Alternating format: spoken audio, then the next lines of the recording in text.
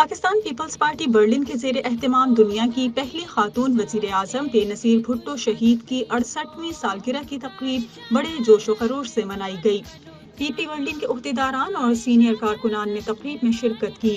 سالگرہ کی تقریب کی صدارت ویمن ونگ برلن کی نومنتخب صدر محترمہ نشاط افزا نے کی۔ تقریب میں پی برلن کے صدر ملک منظور آوان، جنرل سیکریٹری میاں اکمل لطیف، انفارمیشن سیکریٹری عارف سلیمی، سینئر نائب صدر منیر بیگ، سابق صدر برلن ملک ایوب آوان، سینئر رہنما فاروق شاہ، معروف سینئر صحافی اور پاکبان نیوز کے ایڈیٹر ظہور احمد، کارکن چیف جسٹس ہیلپ لائن کے سفیر میاں مبین، یوتھ ونگ علی جعفری اور لیاری کے جالا سردار عابد حسین بلوچ، مشتاق شاہ، ذل شاہ اور دیگر کارکنان نے شرکت کی۔ تقریب کا آغاز تلاوت قرآن پاک سے کیا گیا اور محترمہ بے نظیر بھٹو کی سالگرہ پر ان کی پاکستان کی عوام کے لیے دی گئی قربانیوں پر بی پی کو خراج تحسین پیش کیا گیا۔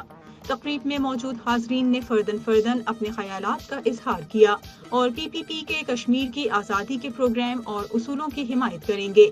تقریب میں شریک کارکنان نے اعادہ کیا کہ وہ بھٹو خاندان کی دی ہوئی قربانیوں کو رائیگاں نہیں جانے دیں گے اور چیئرمین پی بلاول بھٹو زرداری کی مکمل حمایت کریں گے۔